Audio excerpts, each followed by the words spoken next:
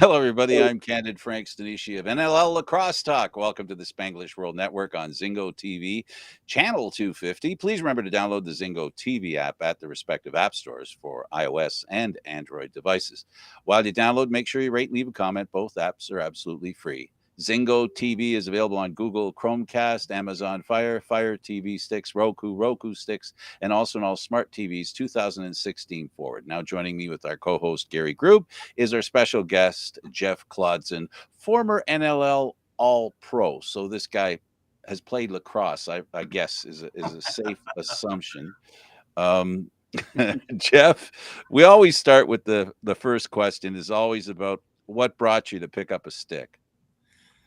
Oh man, I started our school in elementary school when I was in second grade. They got a shipment of all these Indian strung heads, sticks rather, and I got a lacrosse ball and I started throwing it against the wall, and from that point on, I was hooked. So from the second grade on. Now, what when you say hooked, what was the main reason you feel that you really delved into it? I don't know what it was about it, but I picked it up really quickly. I'm naturally left-handed, but I do all my sports right-handed, and I was Okay. able to do it left-handed and right-handed with a little, I don't know, just a little easier than the other kids were doing it, and it just became something that I just always liked to do, and as soon as I could play lacrosse, I was signed up and ready to go. Well, it's nice to know you were good friends with my friend ambidextrous. Ambidextrous, yes, absolutely. I'm actually the same. I'm left-handed, and I do everything sports-wise right-handed too. So, really, yeah. Lacrosse, I was able to do both hands as well. So, yeah, it's pretty interesting.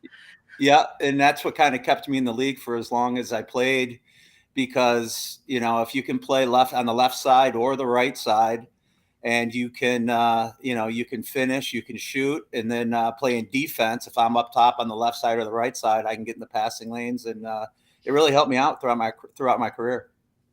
Yeah, if you were to this is the last question about how you got involved. Mm-hmm. What in your mind is the best reason for playing lacrosse? What, looking back, the most beneficial thing that you find you experienced because you played lacrosse? It's always the camaraderie. It's always the teammates. It's making great friends, lifetime friends for the rest of your life. Just people that are really close to you. And when you go through the battle, of playing games, tough games, and everything, it just enhances those friendships. That's great, and that's a great promo for the game, which is what we're here for. Absolutely. And so, Gary, I'm sure you might have a question for him. One or two, anyways. I want to go much further back. I want to go around. In high school, your West Genesee High School, you're playing lacrosse there. Talk a little bit about that program, because that obviously kept you involved and kept you interested to move forward. Oh yeah, absolutely. When you talk about West Genesee, you have to start the conversation with the head coach, and that his name is Mike Masser. He's 3 years retired now, but he was just the best coach you could ever have in anything. When we played, we were completely prepared. And when I say that, we were prepared to a fault. We knew every play to make. If the ground ball was going this way and you scooped it up, the guy that was going to receive the pass from you knew where to be. And it just, so we won, I never lost a game in high school. We won state championships. My senior year, my junior year, we had 11 NCAA All-Americans Wow. that came out of West Genesee. That's amazing. That's quite a team. Yeah. Okay, so you move on and you go to Cortland for college, and you have quite a career there. I was three-time All-American. I played defense, and my first year I played defensive midfield, and then my last 3 years there I played closed defense.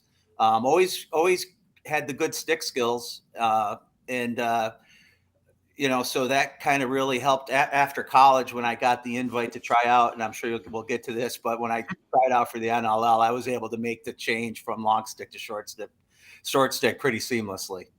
Right. I was going to ask you. Yeah. How important? I was just going to ask.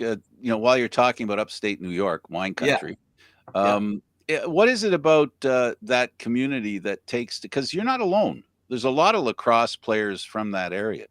It's country, wine country. There's a lot of open spaces. Yeah, when I was, it's just amazing to look at the game now and then think about it back when I was playing it. There were only like 4 or 5 teams that were competitive when I was playing, and we would have to go play different sections of the state, to play good teams. But now it's just grown by leaps and bounds. And I go back to Coach Masser. He really set the formula, and that was getting youth leagues going. That was actually, we had 3 full fields, and then we had the rink with the carpet down, and we could play a little box lacrosse in there. Mm-hmm. And this is when we were young, so I had an advantage over a ton of U.S. players when it came to the NLL. Yeah. Well, I was going to talk about just being a long pole player. Did you find that to be much of an advantage while you're doing that? Because you're able to do both, right? Yeah, it was. I really had to. I started playing long pole when I was in. It was my JV year, 10th grade, and developed stick skills. Again, there was a big onus on practicing our stick skills with the coaches, and I love taking the ball away from people, and coming up with different checks and butt digs and slim jims and semis and over the head backwards, over the head frontwards. I had a blast playing defense, but I like to score goals too. So I was able to play forward in the NLL. Right. Right. That leads me to a question of now, because we've talked about this with a number of guys. The pigeonholing of kids when they're young, being stuck at defense and being specifically there, offense specifically there. Do you think that curtails some of them from actually advancing?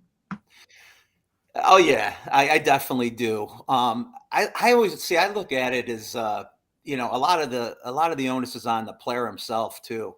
If you want to be good at anything, and you really have to have a burning desire for it and go after it, and do the extra things to be the best player that you can. You have to just want it. You have to want to have that burning desire to be as good as you possibly can be. I have no problem with kids trying out different positions, but you want them there for the right reasons. You don't want them there because their parents want them to be there and things like that. So, but that's to your point though. I don't think it hurts to have them play different positions. But I see where you're going. If they get stuck in a position that they don't like to play, sooner or later they're probably not going to want to participate.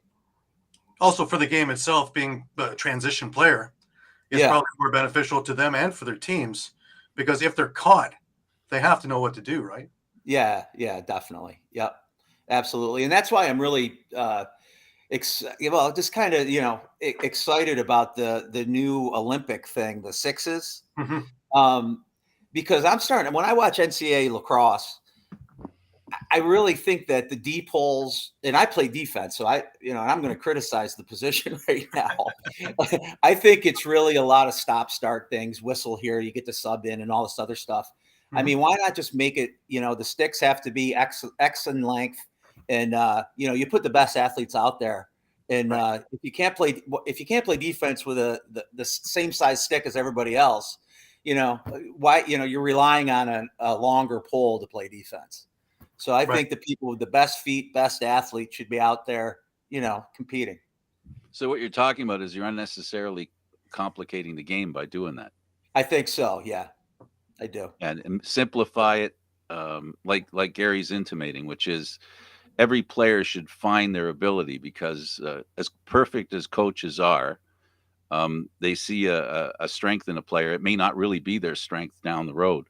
Right. And then even players who do what they want to do aren't necessarily doing what they can do best. Exactly. Yeah. Yeah, so an opportunity for people to grow within the game, which is all part of having fun and keeping them in the game. Yes, absolutely. You got to have fun to play, and to want to play, and you can see it. Like I coach my son, who's a little left-hander, and he likes to finish around the goal and do behind the backs and stuff like that already. um, and it's great. We coach these kids, and they just want to be there. They want to be there for every second. They want to try different things, and that's when it's great. That's when you just they're just looking for everything you can throw at them to teach them. So we heard your opinion. Yeah. We reviewed your opinion, and you substantiated it with your son's experience. So we've done the complete circle on that Nice. question, Gary. Next. Absolutely. Awesome. I want to move over to your Mount Washington years, and you had three lacrosse national championships with them. We've had a couple of guys on from that team.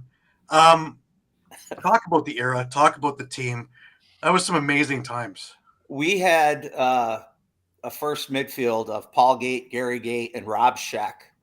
And Rob played at Towson and could shoot the ball 105 lefty or righty. Gary and Paul, obviously, I mean, they just made it a circus out there. And we had Tommy Marichak on attack, and Mark Millen as well. We had Dave Petramala on defense. We had Quint Kesnich in the goal. I played up top on defensive midfield with Brian Volker from Johns Hopkins. And we had Ron Klausner from Mount Washington, or from Towson, that played Right. defense. We were, back then we had just a very, very, very good team. I think you've been the missing piece. We've had almost everybody from Mount Washington on. That's pretty amazing. Yeah, it was great. That's a pretty incredible team. I can only imagine being on the opposing team thinking, this is what I have to play today. Well, you would see things that you would never, those guys did things that, other guys just can't do. Yeah. When you're 6'4" and you run like a 4.5, and you can just knock people over, and then you also had the stick skills that these guys have. It was just, it wasn't fair a lot of times. You're right. Yeah, but it's great to play on a team with those kinds of guys on them, because they help spread the ability, the knowledge, and the technique. Nothing teaches technique better than an example. Oh yeah, I mean- absolutely. And the one thing about Mount Washington, if you really wanted to see the best lacrosse, you would come on Tuesdays and Thursdays when we had practice. Oh boy. The practices were insane. The practices were, the matchups you would see out there. And I would get more out of practice than the games most of the time, because I was like, whoa, I went over the head and took the ball from Gary Gate. Holy cow. And that would keep me happy until Thursday. And then he'd probably beat me 7 times, So it was, that was, looking back, it was the best time of my life back then. I was playing NLL, during that season, and playing club ball with Mount Washington. And now enter the mill, I guess it would be. Major indoor lacrosse. Yeah. And how did you get in there? Well, I got to know Dave Petramala, Ronnie Klausner, and a bunch of Maryland guys that came up to Syracuse for this tournament we had every year. And we ended up playing we were the Syracuse Molson All-Stars. Paul and Gary got some kind of deal with Molson, and we got all great equipment and gear and all this other stuff. And we played the Team USA in the championship, and it was a really good game. They ended up scoring a couple at the end, and Gary and Paul were unbelievable in that game. And it just kind of put me on the map a little bit, because I played really well in that tournament. And, these guys were like, you got to come down to Baltimore. You got to play lacrosse in Baltimore if you love it that much. And I was there for 14 years after that tournament. I moved down to Baltimore. Right. A long cup of coffee. Oh, yeah, definitely. Gallons. Yeah, but those are pretty good guys to get you to convince to move yourself down to Baltimore. Well, and they asked me to move down there, and they took me in, and I lived with them. So yeah, great guys. I mean, that's the thing about, the best parts about lacrosse, Right. the camaraderie. So let's talk a bit about Mill itself. Like we've had a number of guys on there. We've had the Yeah. Kilgores, we've had a few other guys in there. We've had Mark Millen, we've had Tony Millen, we've had all these guys on, and Yep. everybody seems to come across as at the wild, wild west of lacrosse back then. Mill, yeah, I think when you look back then, it was a lot hairier than once after the it was the NLL. It got a little bit more skillful towards the end of my career than the first couple of years when I played. I mean, it was cross checks to the head, and I mean, no calls. I mean, there was nothing. I mean, and no one expected to get them the call, and we expected to get hit. So there was a lot. Yeah, there was a lot of I just look back on like some of those games, like the Wings versus the Bandits in Dallas, coming out and just wrecking Tavares. And I was like, holy cow, man. I mean, somebody's going to kill somebody in this game. I mean, the Kilgores are going to literally take somebody out and kill them. That's what I thought. Yeah, I could see it. I could see that. Yeah, no, the problem is Gary could like it. That's the real problem. Well, yeah, well, I don't know how many trips I took to Buffalo to make sure I caught Bandits games in the 90s. It was insane. Crazy in the Memorial Arena. Like, yeah. Just we played him in the old Odd. Oh, God. That's yeah. Yeah, okay. 14,000 seats. I'll never forget it. I had a penalty shot. The place was going crazy. And they're going tool time, because that was the goalie, Patty O'Toole. Oh, okay. And luckily, I put it in, and I just stood and I pointed to each section and did the shh to everybody, and they're like just going nuts. And that was one of the highlights of my playing career, was that Buffalo penalty shot, because it was fun. It was fun to score. Pro wrestling mixed in with lacrosse, because you got the showmanship out of that. Oh yeah, definitely, no question. Yeah, a little different than it is now, where player safety is, and nobody's going to say that that's not a good idea, but it was a different time and a different expectation when you entered onto the floor, huh? Yeah, no question. I mean, it's just there's a lot more protective stuff for the guys nowadays. I mean, like you said, it's good. It's good for the game and everything like that, but it was just a different era. It was different, it was more like hockey. I mean, really. I mean, I played hockey my whole life. My nephew plays, as Gary knows, plays for the Flyers. Okay. And, it was just more of that stuff. I mean, if somebody took a cheap shot on somebody, you had a guy just going nuts after him and wants to, you got to stick up for your teammate, So that was it. And, it still is a lot of times when, even nowadays, watching some of the NLL games, they'll still stick up for folks and things like that. But it was just more. I mean, there were more bench clearing brawls, and I'll never forget playing Detroit. Pat Coyle was. There was a fight, and I just was walking past it. I just wanted to get off the floor. And Pat Coyle jumps over the boards and just grabs me and starts going at it with me, and we're fighting. He gets my helmet off. I finally get his helmet off, and I'm like, "What did I do? I just walked by the bench. That's all I was doing, Right. Wrong place, wrong time. That would be fun. Guy to mess with too, Did you look back at him and say, "What was that for?" Just what was that about? There's a Bud Light commercial that right at the very end, it shows us getting broken up, and I'm yelling at him. I'm like, "What the hell was that? Why did you do that?" That's great. Yeah. Gary, I'll send that to you. You'll get a kick. Please, I love it. That's amazing. Okay, so playing with Pittsburgh, let's talk about some of the memories you had there, because of course it's long gone. Yeah, I had a couple of retro games I was able to put up of the polls and stuff. It was pretty fun to watch. I'll tell you. I'll give you a funny Pittsburgh story. This I don't know if you know Johnny Wilson from out west. He played for the Salmon Bellies, and he moved to Baltimore. He played on Pittsburgh with me. And before the game, we snuck into the Penguins locker room, and we got a roll of tape from Lemieux's locker. Mario Lemieux's locker, and we each taped our butt end with it. I scored the first goal of the game. He scored the second goal of the game.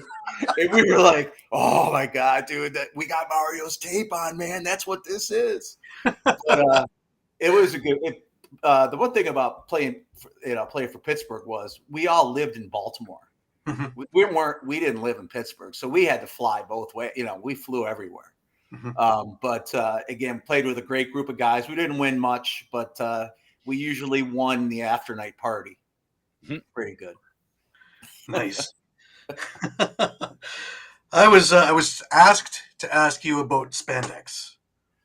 Oh yeah, spandex. You had to go with two pairs. You couldn't go with one pair because that was just a little too revealing.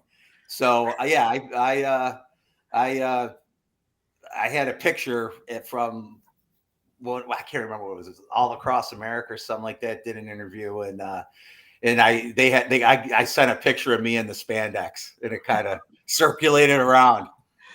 So yeah. That's funny. Those are our unis, tight spandex. Oh, awful. That's crazy. Awful. Now, what we're looking at now, players are starting to make money now. The PLL is helping that along and getting benefits. What was it like back then, money-wise? Money-wise, when I played for the Pittsburgh Bulls, my check that whole season was $125 a game. And I got, after taxes, it was like $86. And I cashed it at PJ's Pub right in Baltimore. And that's where we had lunch and hung out. And that's all I made. But then my 10th year, I was getting $1,000 a game, which was pretty cool. I mean, they're making more now, but for me back then, I worked, I had a job. I wasn't just playing lacrosse. So, that was just all fun money when I got $1,000 a game, Sure. Yep. The tab. Yeah. Oh yeah. Well, Tony Millen always put it out as well. The people outside in the pubs didn't know we were only making peanuts. So Tony's a really good. Tony's a really good friend of mine.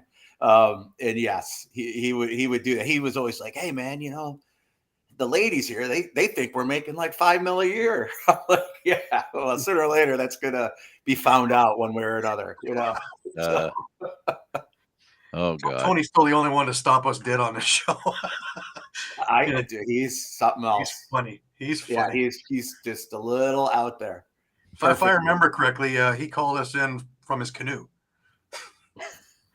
Oh my God. Oh yeah. Well, he also see where we went from there, right? Oh my God. We also though had Tony Millen got traded to the Syracuse Smash when I played for Syracuse, and Tony was on the Smash, and so I was talking to Mark outside the arena, and he's like, "Well, where's Tony? Where's Tony?" And I go, "He's in there." He was wearing like a corduroy vest and no arm pads or anything, and practicing in just this corduroy vest. And Mark was like, "Oh my God, are you serious? I got to deal with this." So, and Mark's all clean cut, and and I think he had hiking boots on instead of sneakers. Yeah, Tony had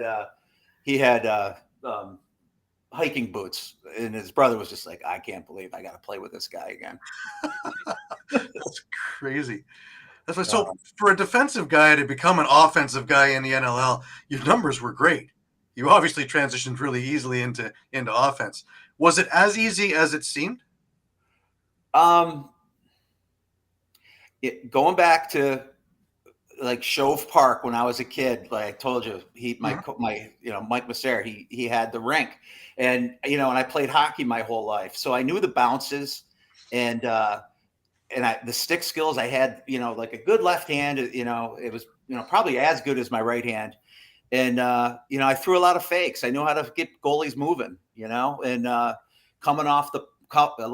My favorite was just pulling them off of the crossbar and putting it over their head or over their shoulder.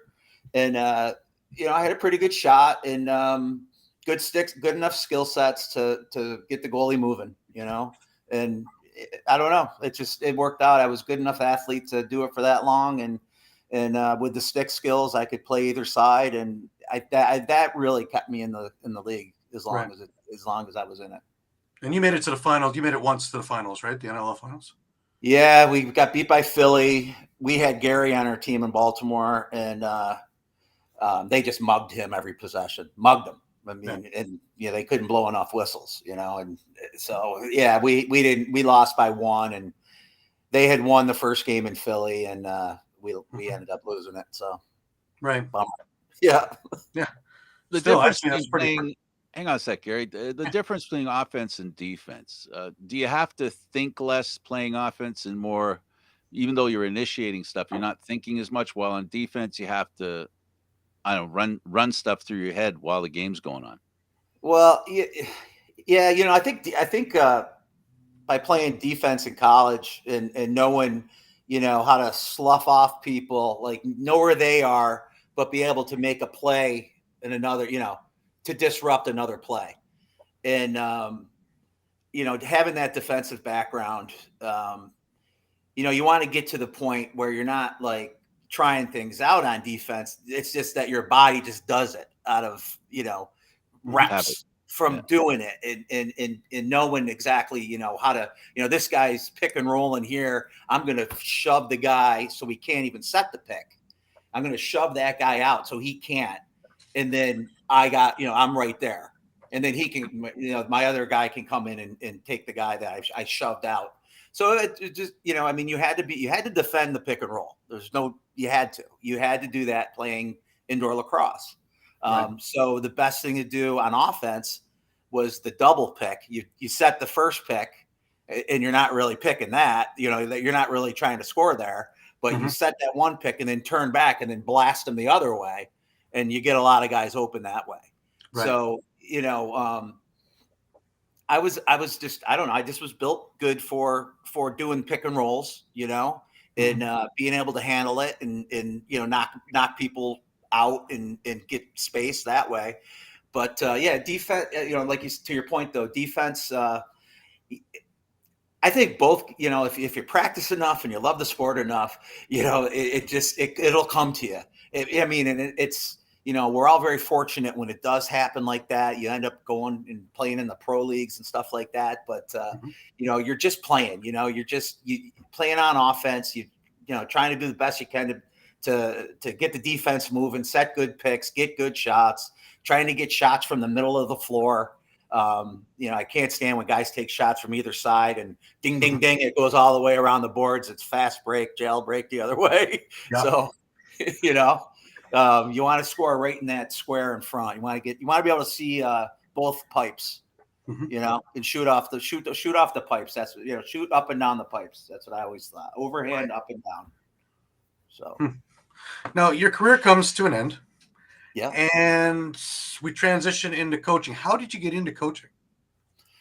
Well, I coached for 1 year. I coached the Bayhawks in the NLL, and that was with. I'm trying to think if Gary was a player coach at that time or not, but so I helped out in just on the defensive end, and then that was probably like 2 years before I moved back home to Syracuse. And I haven't been really doing any coaching up here other than with my son. I coach his hockey. I coach his lacrosse. So, but that Bayhawks thing, yeah, Gary Gate was a player coach, but you also had John Blashley, Dave Huntley, Craig Campbell. What a staff! What a great way to get your foot. John Blashley's a great friend of mine, and Hunts was great. Rest his soul, great guy. Coached me for 2 years in the NLL, stuck up for his players. He was totally a player coach. He would want to bite the head off the opposing coach. I mean, he would just go nuts. We loved every second of it. Great guy, just a great guy. Now, being with the MLL now being part of the PLL, what do you think about the whole transition and how everything has worked from there? And no home teams and just the whole setup of the PLL. I think it's working. I think it's working. I think going back, I think it would be great to have everybody playing with the same length stick and make it even faster. It's really fast as it is. I think Paul Rabel and his brother are smart guys, and I think they'll be very successful. I think they already are with this thing. I mean, they got ESPN, they got to make a bigger commitment than they did. So I think I think it'll, it's good for the game. It's great for the game. Right. But you already had ESPN when you guys were doing Mill, right? You had the ESPN Game of the Week and things like that. So are we trying to get back to where we were, or are we actually moving forward in here? Well, we were on ESPN too. Right. And it was on TV. I don't know. I don't know if I don't really know that much about the PLL. I've caught games on TV and everything, and I know some of the. I've watched some of the guys play and things like that. I know more of the coaches now than I do the players for sure. Sure. But I've watched games, and I think it's really good it's great for the college kids that are coming up to have that kind of, as a next step opportunity if they can, if they show that they're good enough. But we didn't have that in field lacrosse, but we had it in box lacrosse, and so. Right. That was the best thing for me. I liked box better than field. I love it. It just suited me perfectly, playing indoor. So, and not that I didn't like playing field, I did, but it was. I like playing both. I guess is what it is. You go to a field and I'm playing. Box lacrosse is a little more personal. Yeah, I agree. That's good point. Now, you played in one of the All-Star games or a couple of the All-Star games. The PLL has an All-Star game, it has an All-Star weekend, and it was very successful last year, even though still dealing with COVID. I can only imagine what they're going to do for a weekend. Do you think the NLL should get back to doing, now that they have the TV contracts as well with TSN and ESPN, get back to doing an All-Star weekend? I had a blast. I had a great time. It was in Rochester. The best part about it was you could be either picked by the coaches or you got in by the peer vote. Like your peers would vote on it. I got in on the peer vote, and I thought that was really special, because I'd rather have other players dominate me than what a coach thinks. And but we had it was sold out at Rochester before the game started. Everybody got to go. They'd get 5 shots on one of the goalies, and I got Dallas and went 0 for 5. I was like, "Thanks, Dallas. You can't let one of them in. Come on, buddy."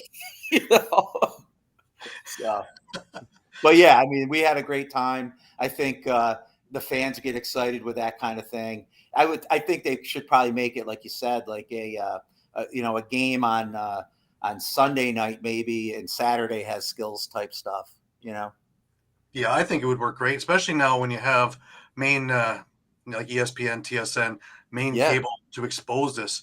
We're trying to build it. Why not show the best of the best doing what they're good at? I think that'd be amazing. Yeah, I think that'd be great. Yeah, and you pointed out earlier with your son doing the behind the back kind of thing. That's the kind of stuff that is great advertising for the game, right? It's the stuff that kids especially, because the whole trick to making a sport popular, successful, and economically viable is you've got to get the youth interested, right? And the youth want to have fun, right? Oh, no doubt. And that's the gate effect. That's the Gary and Paul effect. And that's what they've done with All-Star games across all the sporting endeavors, right? They've made the All-Star game not about a game, right? Because we all get the idea the game doesn't really mean anything. Exactly. So rely on the rest. What was the NHL, like 14-13 or something? Yeah. You don't got to worry about it. I mean, it's like playing touch football for the pro game, right? It's just exactly. Whatever. With 300 points in basketball, it's about exposing just the highlight stuff. And just as a point of reference, you take a look at, since it's gone on ESPN or gone on TSN, how many goals that have been scored throughout the season have made their ESPN top 10 highlights. I've seen it again and again and again. The next morning I'm watching, and there's at least 1, if not 2, out of those 10, they're lacrosse goals. Westberg is a good example. He's continually on there. He's diving and twisting and shooting behind the back. And he's something. He's a good player. Fun to watch. It's what sells the game. Dobie or something like that. Yeah, it's just incredible. So to be able to expose that in these competitions, because let's say the PLL, one of the most interesting things to me was, you're always talking about how hard a shot it is. When we're watching, I don't know, I think it was Costabile, and it's a 117-mile-an-hour shot. It's like to a goalie with no equipment, thanks, but no thanks. Wow. Does he shoot it with a long stick? No, I think he used regular stick. It was just incredible to watch this, and I think he lost by like half a mile per hour or something like that. It was the most ridiculous thing I'd watched, and it just, whoa! It stopped me dead in whatever I was doing. It was a must-see TV all of a sudden. And if it stops me in my tracks, imagine somebody who's never seen this before. Oh, exactly. That's how it grows. It grows. I mean, you look at women's lacrosse. It's it's just crazy. My daughter plays that too. So the game's growing. I think it's in great shape. I think there could be some tweaks. Like I said about the long poles, and I know I'll probably catch a bunch of heat for that. But I'm thinking in a women's game, do you think they should play with pockets? Should they go with regular sticks as opposed to the non-pocketed stick, and maybe go into more of a mailer into the game? Because God, there's a lot of really athletic females, more athletic than a lot of the guys that I watch. Yeah, and that's I'm glad you brought that up, because that's something that I had one of my pockets. I came up with a woman's pocket, and Warrior had they bought it from me, and I got royalties for a couple of years for it. And it was just making there was a little bit more pocket in the stick.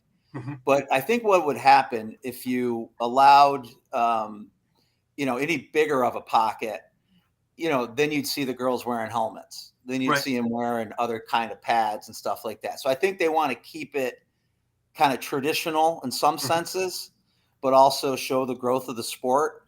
Right. And now, Gary, actually, I just saw Gary, and Gary Gate up at SU, and he gave me a stick for my daughter. And man, I can almost do everything with that stick that I can with a men's stick. Really? It's a great pocket. It's right in where you want it. And it's a woman's pocket. And I'm telling you, it's amazing how it holds the ball. Well, just the same thing with tinkering with some of the rules of this, having to fire your stick on the ground after you score a goal, and some of the other things that don't really make much sense anymore to me. I don't like that one either. Check it before the game and then stop it. Stop the nonsense. Or check it randomly like they do in breaks in NLL, where they start measuring sticks and things. That's fine. But this idea of scoring a goal and in celebration, whoops, there you go. It's like, really? Do we still need to do that? Exactly. But the women's game is going leaps and bounds. We had a number of conversations with Michelle Boyer, who's head of women's lacrosse for World Lacrosse. And another one's really excited about the lacrosse sexes too, because it's going to be both sexes doing it, and it's going to be a great thing. Yeah. Now the PLL is also going to do that, and they're going to do it in February. They're to keep their word going, because of course field stops and you don't hear about it again for another 9 months before it picks up. But they decided that in February they're going to have a champions tournament, and they're going to use their top 4 teams, so to give them a little more incentive to finish up in the standings. But because a lot of their guys are NLL players, they're going to use player pool players, which works great. So a lot of guys who wouldn't get a sniff might be able to work themselves onto a roster.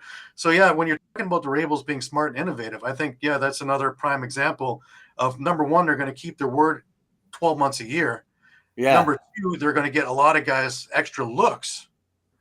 But otherwise, you're talking about introducing Lacrosse 6 to the nation, and you have 5 years before LA. Right. And you'll be able to tinker with it to make it right, because of course we talked about it before, with Hollywood, you're going to have the best producers, so have them have a look at it. So when the Olympics come, we're going to put our best foot forward. Yeah. No, it would take something. It takes something like that. It really does, to get it to grow exponentially from where it is now. It's just been steady Eddie, my lifetime in lacrosse, just everything's getting bigger and bigger and better and better. And people have learned from their mistakes. They don't have a team in Syracuse anymore. They knew nobody would go. But they put one back in Albany, right? So, they're trying to retrace their steps. I don't know. It makes no sense to me. I never knew why in Baltimore, why we wouldn't get the same kind of crowds as Philly, like why not? And we would get 2,500 and they'd get 22,000. So I don't know. Yeah, but nothing breeds success more than, we talk about overnight success and what Gary talked about with getting ready for the Olympics. It's an opportunity for overnight success. Overnight success is a misnomer because it doesn't happen overnight. So the work that they do prior to the Olympics is going to be very important for the initial moment people get a chance to see lacrosse for the first time. And it'll be a lot of people that'll be, curiosity when it comes to the Olympics. That's the one thing I find, at least personally, and from my experience in talking to people, it's the curiosity about sports, looking for sports you haven't seen before. And because you're watching the best, at least you're watching quality, right? And that's where, right? Definitely. And that's how ESPN started. Right. They were showing sports none of us saw, and it built. I mean, hey, a lot of them were, kicked to the curb, but there's a few things out there that have stuck. Yeah, look at Australian rules football. Right. Yeah. I mean, I love watching that when it's on. Me too. Yeah. The problem is it's the middle of the night for us, though. Yeah, exactly. But I mean, the curiosity of the game, and it's grown so much. I mean, Japan's got a good team. England's got a really good team. Like you're going to see some teams beating teams that you never thought would happen. Right. Well, we're in 78 countries now, right? So it's amazing how it's growing from a handful of countries to 78 viable countries. Yeah, and women in 50-something countries. It's incredible how the growth over the last great years. And I don't know if you might be friends with the guys too from Uganda. Yeah, I'm friends with a lot of those guys and Dave Libby as well. Yeah, I love watching those videos when they have them. It's just, I mean, it's just at its most basic.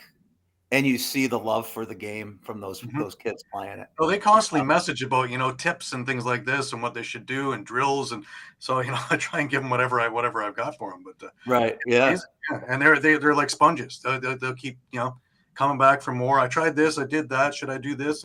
It's great to listen to them and the love and the passion.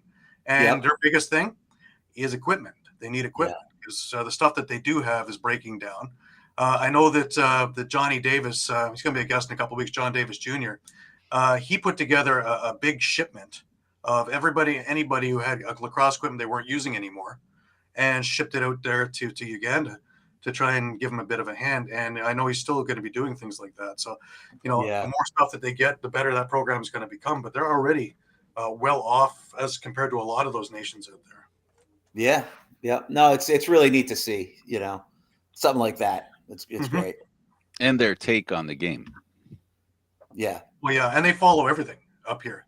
They may not get a feed of anything, but they follow all the news and all the recaps and all the other things. So they're pretty versed with the players and things. And watching these shows, they're versed with the guys like you who were pioneers at it, and what you've done for the game too. So it's really amazing on how it's become a very wide spanned, complete circle on. Yeah.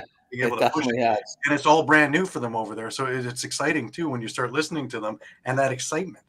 Yep. Yeah. That's another reason why the Olympics are so important, because you get people or countries that are in the initial stages of playing lacrosse. And when it gets in the Olympics, it's back to what we said before, right? People don't know the game. And so it's a stamp of approval that we've seen, even here, with Canadian games like curling and such, right? The respect that it received, in the Olympics and how popular it is. That's the kind of thing we're looking at. I see lacrosse doing the same thing that curling's done. And curling isn't played in as many countries as lacrosse. So just imagine exponentially how crazy it could very well be the effect of the Olympics. Yep. Yep. And I think the sixes game will be really exciting. And it'll keep everybody interested, even the people who are already in lacrosse. Well, you figure lots right? Lacrosse on a field, right? So that's going to be amazing. Do you know how long the field's going to be? Exactly. I know it's a cut down field. I'm not sure how much of a cut down field, but I know it's more towards the box game. Only played on field. Just a little bigger. It's not going to be much bigger. So that's what we heard. Crazy. I think that's going to be a pretty amazing thing. It's going to be fast. It's going to be crazy. You're going to have to have crazy endurance, and Yeah. Mhm. Well, yeah. let me ask you a question. Sure. In regards to that, we talk about field of play, right? You're playing on a carpet indoors, you're playing on the grass outdoors, and you end up with basically the same size. What's footing like? Like how does that change the game? The grass is just a question out of my head. How does it change playing on grass as opposed to playing on turf? I don't think the game itself. Well, it does change. It changes. Playing on natural grass, it's a slower game. Mhm. Okay, so the foot you don't have as much grip on your footing, right? Yeah, well, I just think there's more grip, obviously, with the turf. So and Right. you can scoop up balls a lot easier on the turf. Mhm. Um, but it's the same for everybody. Like Yeah, yeah, yeah. But still, but the anyway, point I that know I get your point no, I definitely. want to understand. I'm not trying to make a point. I'm trying to understand. So what I'm understanding is that with box lacrosse, you've got more of a consistent field of play. Whereas when you go outdoors, now you got to deal with everybody's different version of grass. Then you got to deal with, okay, did it rain last night or has it not rained? And you're in California, it hasn't rained in 3 months. Right. It's an interest. You're right. It's the same for everybody, but it does have a strange kind of, at least a subtle effect on the game. I'm not trying to put it down or raise it up. Just it's a different quirk for when you watch it. Because now when I watch that game, I'm going to have that in my head. Well, they're playing on grass. I wonder. Right. I wonder how they decided and why they decided on the game on grass as opposed to playing box lacrosse. Because the Olympics knows about hockey, knows about Right. basketball. They're played indoors, and I know that sometimes whether you play in the summer or the winter games is affected by whether you play indoors or outdoors. So I wonder if that had something to play with it too. So I'm really Yeah. curious, Well, see, the thing is that the other thing is they most like outdoor games now are at least like the fields that they have are that new field turf, Mhm. right. and it's more grass like, definitely, and it Right. was to prevent a lot of the knee injuries that Yes. people get. Um, so I don't think there's much of a difference when you're playing on the turf, Ah, the new turf that they have out Mhm. there. But there were a lot of horror stories about the turf that we used to play on Yeah. in the mhm. different rinks when we were in the MILL. I mean, they were like getting green duct tape in some areas and trying to just Mhm. piecemeal it. And like sometimes you could like one kid, this guy John Krummenacher played at Hopkins. He went under the carpet, broke his leg, and he was sitting his ass on the ice. And Wow. it was horrible. It was Yeah. horrible back then, and we took a lot of risks. There's no doubt Yeah, about one of it. the big reasons why they ended that kind of turf, like in football, is turf toe, which Yeah, which basically, is just, the it's not an abrasion, it's worse, but that's what it has its roots in. Yeah, yep. so well, thanks for that. I just wanted to understand that a little bit more, because when we watch the game, the people who are going to be watching the Olympic game are going to also there's going to be people saying, they play that indoors too. Oh, Yep. by the way, it's a little more physical as well. So, Yeah. it's like the difference between watching European hockey and Canadian hockey. And now, I think what you'll be glad to hear is that the European hockey, they shrunk the rinks. They're shrinking the rinks because they Are they prefer more the really? yeah, they prefer the North American style. They're getting more North American. And Oh, and I and that's why I think the sixes is a great idea. I think because it's an international game, just like the size of the rink. But there's going to be people who are going to be playing that game and they're going to be curious about, well, that indoor game. What's up? So it could still have an impact on the indoor game, is what I'm trying to say. right. Yeah. That was my Yeah. long-winded tour. No, I got you. I got you. Yeah. It was really cool to see where they have um, the world, like the box lacrosse championships, Mhm. Right. you know, and I think, that's probably, I thought that, they should go with that for the Olympics is go with Mhm. box lacrosse, no That's my sixes, nice. no nothing. Yeah. Go out and play box lacrosse in whatever country you're from, try out, see if you can make the team, because So I think it's the perfect game. then it Like I becomes really for do. guys then it becomes for guys like Gary is, okay, do I pick box lacrosse and let them know I'd rather it be box lacrosse because I think it's better? Or should I just go with all right, they're gonna have it at the Olympics, I'll go with the six. I'm okay with it, right? Because that's the battle that's going to be in people's heads, right? That love the game. Sixes is exciting. I bet you it's going to be really, really exciting. But what's more exciting than a great indoor game? Yeah, It's true. yeah, It's true. yeah. Because that's what the box lacrosse people are going to say. Well, you think that game's good? Wait till you see this. Wouldn't it be something if we had something for Winter Olympics too, and we'll put boxing? Well, I used to think that I'd be the best. If they had box lacrosse on ice skates, that would be now. That would really be perfect for me. Oh Well, no, we heard roller the skates. Super We heard Series roller when he was trying to skates get guys to Philly. roller skates. In the 80s. No, that's what those the MILL That's right. guys, Russ Yep, Klein. that was the That's original right. idea. Yeah. They wanted to have us on roller skates and seeing if we could hit each other going 45 miles an hour or something. That Yeah, would look like roller derby. Yeah. Yeah, exactly. yeah. You go to hit somebody in your own zone, you hit the boards on the other side. Stopping on roller skates is not easy. Could you imagine if that's what they actually did? Oh my God. Well, we wouldn't be talking about things now, would we? Oh, Just before we end, you got Sure. inducted into the Upstate New York Hall of Fame 2019. Talk about that honor. that's where it all, that's where it all came together for me. It was one of those things where, I had to think back and take it all in and just think about the track, like everything that was involved and the different coaches I had, the teammates I had. And, and I'll go back to what I mentioned early on is, I had that drive to want all this, I wanted it. I wanted all of it. And I was, like a crazy man, but I was willing to do it. I was willing to do all the practicing and all the different reps you can get with any, Gary Gate would rent the Pairing Athletic Club down in Baltimore and he'd fly a goalie down and we would just do breakaways forever, nonstop. And I would just watch Gary. I'd be like, okay, he's, faking with his head like this and getting the goalie to move. And, that's where some of that came from. I would just watch him, but all those things culminated with it, college, after college, high school, my high school, my high school coach was there at the ceremony. And it was just, the culmination of just a great lacrosse career. I got everything out of it that I wanted. And so many people were involved, my parents, everybody, but it was just something I loved intently forever. And, now my son's involved, my daughter's involved, and it's just a blast. So that's amazing. Yeah. The humility is amazing, right? When you do something that you love for so long, and then all of a sudden people go, "Hey, by the way, you did it really well."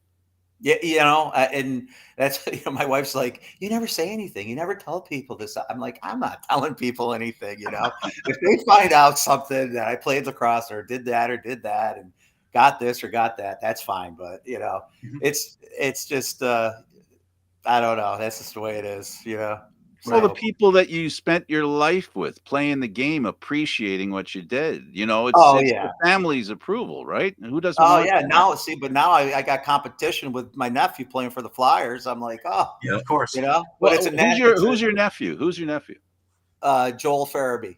Okay, got it. Yeah. Yeah. And but yeah, no, he's doing great.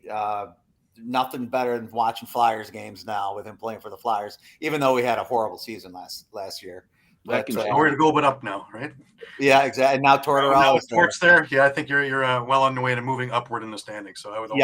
Yeah, I think so too. He holds people accountable, and I think they need that very much, and they need that big time. They also need a goalie. They haven't had a goalie since Pelle Lindbergh. So yeah, and Hart's a little overrated, I think. Yeah, well, he looked good in his first sniff up there, and then people found out what he does. I think the pressure to play goal in Philadelphia has been something that has been building for over a decade. Yeah, it's tough, right? Yeah. I think there is something to that. Yeah. None of them. I mean, I think Hextall was the last one that kind of. But they got rid of him too. He embodied the city. He'd chase you right to your car. Oh, he would take baseball bat swings with his stick and his back. He was out of control. Yeah, but he was no match for Felix Potvin. Our time's up. I really want to thank you, Jeff, for taking the time with us. It was terrific. Oh yeah, I really enjoyed it. Great meeting you, Frank. Oh, Gary, nice meeting you too. I'll definitely see you on Facebook, and you guys have a great rest of the day. Thank you. You as well. Okay. All right. Thanks, Gary. For Gary Groob and right. Jeff Klodzen, former NLL All-Pro, I'm Candid Frank Stanisci. Thank you for watching NLL Lacrosse Talk. Seen live Thursdays at 4 p.m., but today we had it at Friday at 2. This show can also be heard on the Spanglish World Radio Network. For lacrosse talk, news, entertainment, and other sports programming we offer, please check out spanglishworld.ca. Spanglish World. Watch it, hear it, read it, download it, and live it. Thanks for watching, everybody. See you next Thursday.